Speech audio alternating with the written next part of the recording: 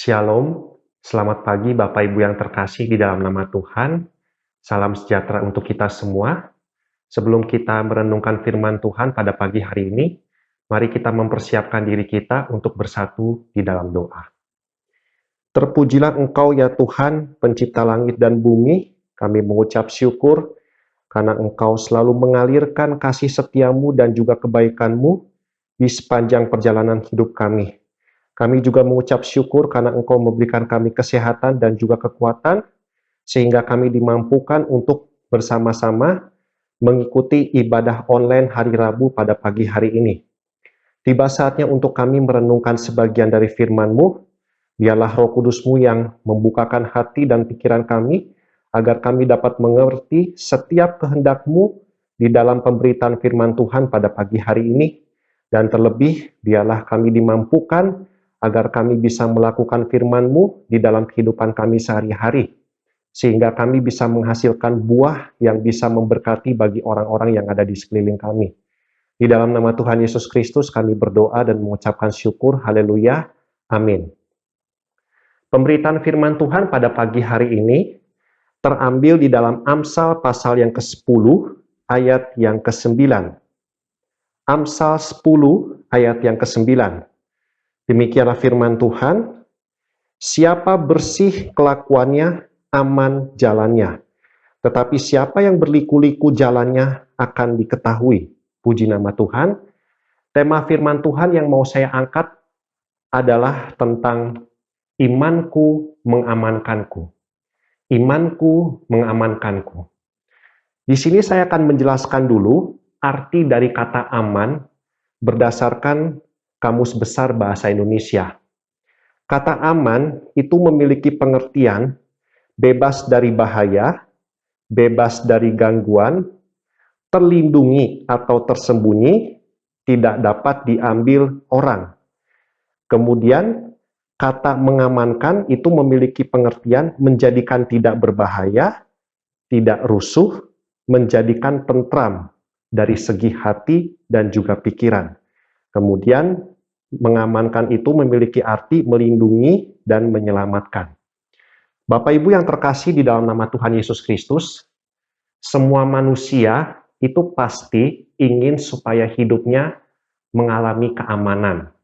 Ya, semua manusia pasti melakukan berbagai cara supaya kehidupannya itu aman dan terbebas dari segala bentuk mara bahaya. Karena itulah yang dirindukan oleh semua orang. Semua manusia pasti menginginkan hidupnya aman, entah itu dari sakit penyakit, dari penderitaan, dari permasalahan, dari kecelakaan, atau dari hal-hal lain yang bersifat negatif, yang bisa membawa kerugian bagi kehidupan manusia, khususnya bagi kita. Nah, tetapi di sini kita belajar bahwa keamanan yang sejati itu hanya berasal daripada Tuhan. Keamanan yang daripada manusia itu sifatnya sementara. Tetapi keamanan yang dianugerahkan oleh Tuhan itu sifatnya kekal dan tidak bisa direbut oleh siapapun. Ya. Jadi Tuhan yang kita sembah itu bukan hanya Tuhan yang mengasihi kita dan mencintai kita saja. Tetapi Dia melakukan berbagai cara agar kehidupan kita aman dari segala bentuk hal-hal yang bersifat negatif. Nah, di sini saya ingin membagi dua poin penting, bahwa sebagai orang yang beriman kepada Tuhan Yesus, kita dianugerahkan dua poin keamanan yang Tuhan berikan kepada kita. Yang pertama, keamanan yang harus kita terima dari Tuhan sebagai pengikut Kristus, itu adalah keamanan atas dosa dan juga hukuman yang kekal.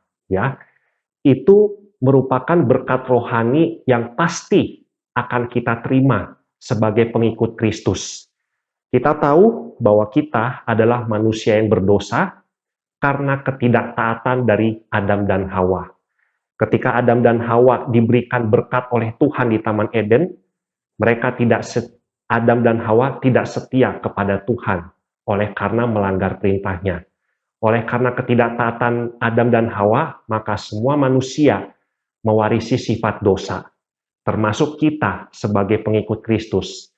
Selama kita hidup di dunia ini, kemungkinan untuk berbuat dosa itu pasti ada di dalam diri kita. Nah, namun kita mengucap syukur kepada Tuhan karena kasih-Nya yang besar, Dia rela mati di kayu salib untuk menebus kita dari segala dosa, sehingga hidup kita dikuduskan, dibenarkan, dan disucikan, sehingga kita aman dari dosa.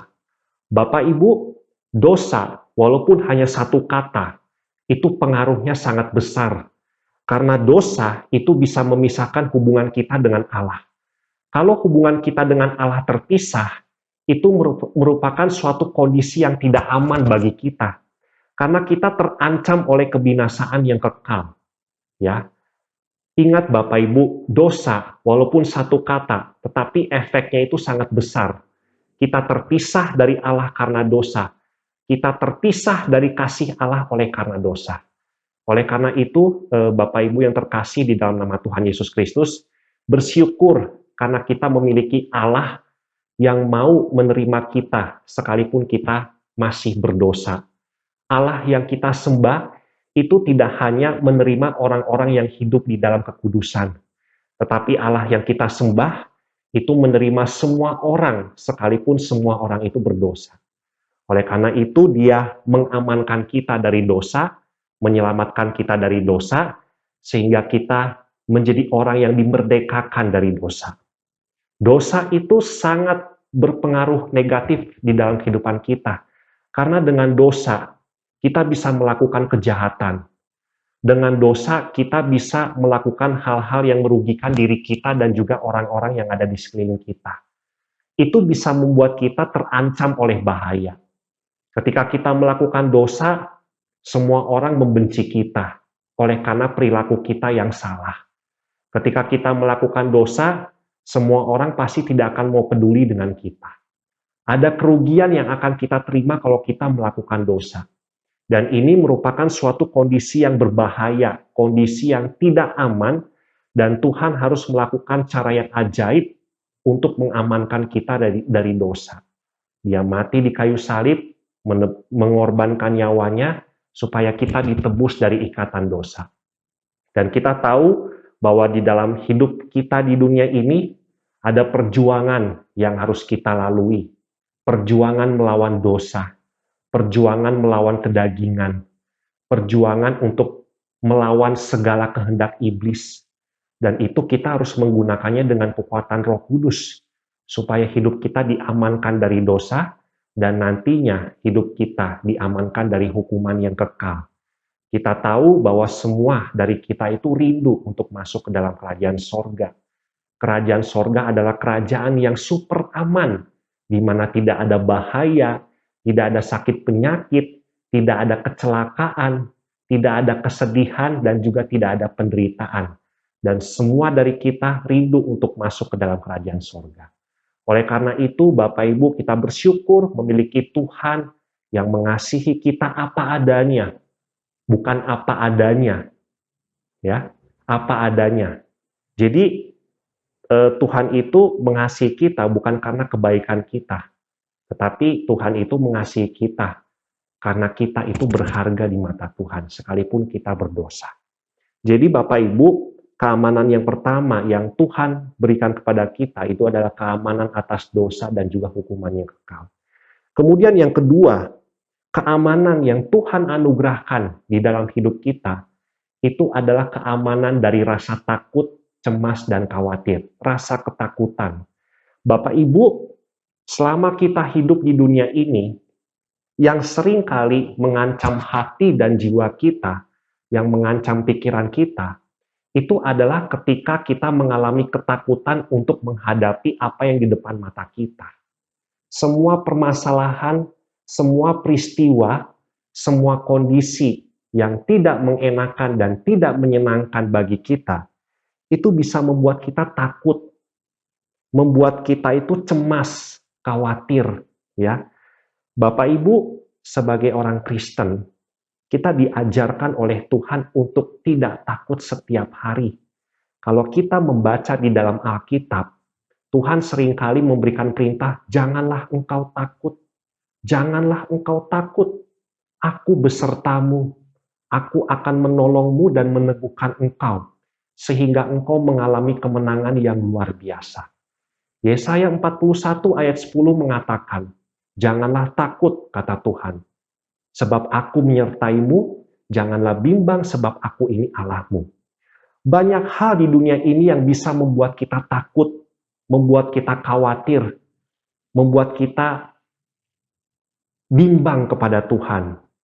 Ya, ingat Bapak Ibu, ketakutan yang terlalu menguasai kehidupan kita itu akan membuat kita hilang pengharapan kepada Tuhan. Ketakutan yang berlebihan itu akan membuat kita tidak percaya lagi kepada Tuhan. Ketakutan yang berlebihan itu akan membuat kita ragu akan kasih Tuhan. Kalau kita mengalami ketakutan yang sangat luar biasa atau kita mengizinkan ketakutan itu menguasai hidup kita, maka untuk seterusnya kita akan merasa bahwa hidup kita tidak akan aman. Tidak ada kebaikan Tuhan, tidak ada keselamatan yang daripada Tuhan, tidak ada pengharapan kepada Tuhan. Ketakutan yang luar biasa itu akan membuat diri kita merasa bahwa hidup kita selama-lamanya tidak akan aman. Dan Tuhan tidak ingin kita seperti itu. Ketakutan itu wajar kalau dialami oleh manusia, karena manusia itu sifatnya tidak sempurna. Ada momen-momen tertentu di mana kita mengalami ketakutan, entah itu di dalam kehidupan sosial, dalam kehidupan pekerjaan, ya, kemudian di dalam kehidupan kerohanian juga mungkin mengalami takut. Tetapi Tuhan ingin supaya kita melawan ketakutan kita dengan kuasa firman Tuhan. Di tengah pandemi yang seperti ini, COVID-19 yang merajalela ke seluruh dunia, beberapa waktu yang lalu COVID-19 sudah mulai mereda, ya, tetapi sekarang naik lagi, ya.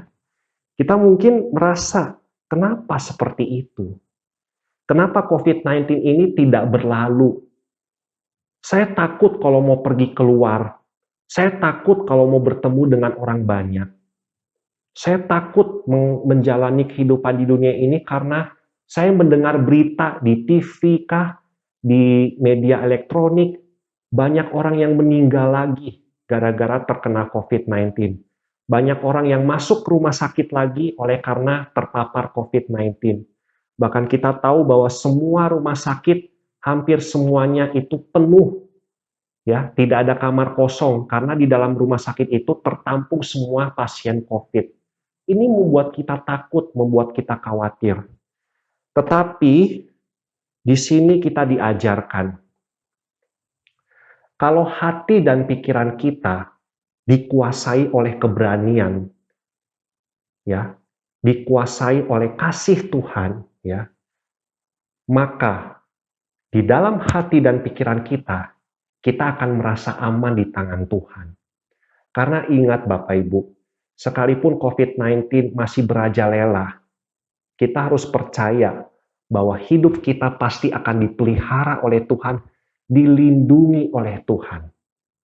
Ya, asalkan kita berperilaku bijak sesuai dengan kehendak Tuhan. Berperilaku bijak itu seperti apa? Kehidupan iman kita yang baik. Kemudian mengikuti hal-hal yang benar. Contohnya protokol kesehatan. Protokol kesehatan itu adalah suatu aturan yang dibuat oleh pemerintah berdasarkan hikmat Allah. Jadi protokol kesehatan itu secara tidak langsung itu adalah buatan Allah. Dan kita harus melakukannya, menerapkannya supaya hidup kita aman dari COVID-19. Ya, itu yang harus kita lakukan. Jadi Bapak Ibu yang terkasih di dalam nama Tuhan Yesus Kristus, kalau kita mengalami ketakutan, berserah kepada Tuhan, karena Tuhan adalah satu-satunya pribadi yang sanggup untuk mengamankan kita secara sempurna.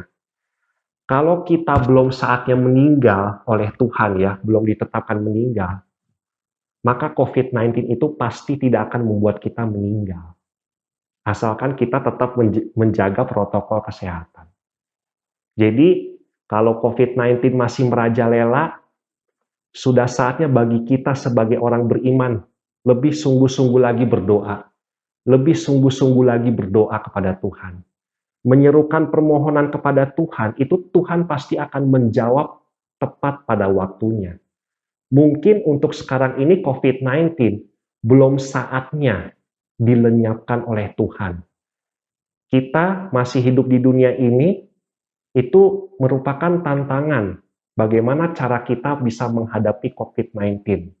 Yang pertama, yaitu dengan kegiatan rohani, berdoa kepada Tuhan, supaya kuasa Tuhan menjamah dunia ini, menjamah negara kita Indonesia, supaya terhindar dari COVID-19. Sehingga kehidupan kita aman dari COVID-19. Sehingga kehidupan kita aman dari rasa ketakutan yang bisa menguasai hati dan pikiran kita. Oleh karena itu, Bapak Ibu yang terkasih di dalam nama Tuhan Yesus Kristus, sekalipun kita berada di tengah kondisi yang sulit, di tengah kondisi yang tidak mengenakan, ya, tetapi percayalah bahwa janji Tuhan untuk mengamankan kita itu tidak akan pernah hilang di dalam kehidupan kita. Tepat pada waktunya, Tuhan akan mengamankan kita dari semua masalah yang kita hadapi. Tepat pada waktunya, Tuhan akan mengamankan kita dari segala bentuk mara bahaya yang ada di depan mata kita. Bukan waktunya kita, tetapi waktunya Tuhan. Untuk sekarang ini, kita itu masih diberikan kekuatan oleh Tuhan, sukacita oleh Tuhan. Masih bisa beribadah walaupun melalui online. Itu sudah merupakan suatu berkat yang luar biasa. Oleh karena itu, Bapak Ibu yang terkasih di dalam nama Tuhan Yesus Kristus, kalau kita menaruh pengharapan iman kita kepada Tuhan, maka Tuhan akan mengamankan hidup kita. Sehingga kita tidak lagi mengalami ketakutan, kita tidak lagi mengalami kecemasan. Kalau hidup perilaku iman kita benar di hadapan Tuhan, ya, setia kepada Tuhan Yesus, maka kita pasti akan diamankan dari dosa dan hukuman yang kekal. Demikianlah pemberitaan firman Tuhan pada pagi hari ini. Biarlah firman Tuhan yang barusan kita dengarkan boleh membawa berkat bagi kehidupan kita semua. Amin. Mari kita bersatu di dalam doa. Tuhan Yesus, kami mengucap syukur untuk pemberitaan firman-Mu pada pagi hari ini. Kami diajarkan untuk tidak takut, tidak cemas, dan tidak khawatir. Bahkan kami diajarkan untuk tetap beriman kepada Tuhan Yesus, agar hidup kami terbebas dari dosa, terbebas dari hukuman yang kekal. Hidup kami diamankan dari semuanya itu.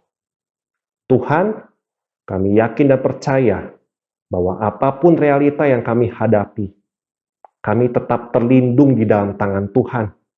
Kami tetap aman di dalam pertolongan Tuhan, karena Tuhan sayang kepada kami. Tuhan begitu mencintai kami. Bahkan Tuhan mau untuk merancangkan sesuatu yang indah bagi kehidupan kami. Sehingga kehidupan kami aman di dalam tangan Tuhan. Sehingga masa depan kami terjamin di dalam tangan Tuhan. Tuhan bantu kami, Tuhan, untuk bisa melawan rasa takut dan kekhawatiran yang mungkin bisa menghantui kami, ya Tuhan, yang menguasai kami. Kami mau menyerahkan semuanya hanya ke dalam tangan-Mu, karena Engkau adalah satu-satunya pengharapan yang luar biasa bagi kehidupan kami. Engkau adalah pengharapan yang sempurna, pengharapan yang abadi, pengharapan yang kekal, pengharapan yang jauh begitu besar dibandingkan dengan setiap masalah yang kami hadapi. Bantu kami untuk kami hidup kudus di hadapan-Mu. Bantu kami untuk kami hidup menyenangkan hati-Mu di sepanjang perjalanan hidup kami, sekalipun kami berada di tengah kondisi yang sulit. Tetapi Engkau pasti akan mengamankan kami, melepaskan kami dari segala bentuk mara bahaya itu, Tuhan. Terima kasih banyak ya Tuhan. Kalau sampai sekarang ini kami bisa beribadah, masih bisa beribadah walaupun melalui online, itu karena kemurahan dan kasih setia-Mu ya Tuhan. Ajar kami untuk kami tekun berdoa setiap hari ya Tuhan, supaya negara kami aman dari COVID-19.